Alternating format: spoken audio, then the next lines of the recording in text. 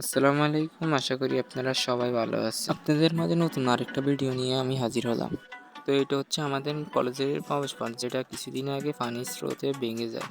তাই এটা পুনরায় নির্মাণ করার কাজ চলতেছে।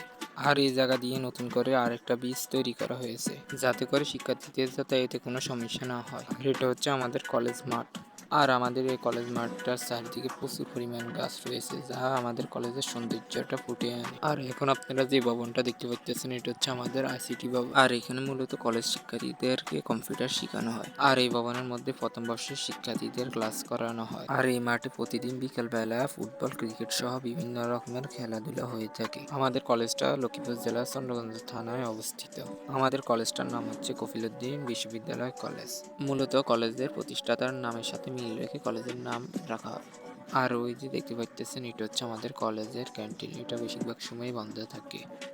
আর এটা হচ্ছে আমাদের কফিলউদ্দিন ডিগ্রি কলেজের রোভার স্কাউট গ্রুপের রুম। এখানে মূলত স্কাউটের যাবতীয় কাজগুলো শেখানো হয়। আর যারা এখনো আমাদের চ্যানেলটাকে এখনো সাবস্ক্রাইব করেননি, তারা অবশ্যই সাবস্ক্রাইব করে দিবেন।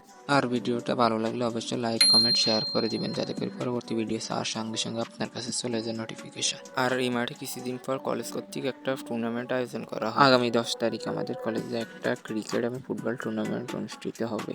আর এখন যাচ্ছি হাজিরা দিতে, যেহেতু এখন আমি হাজিরা দিইনি।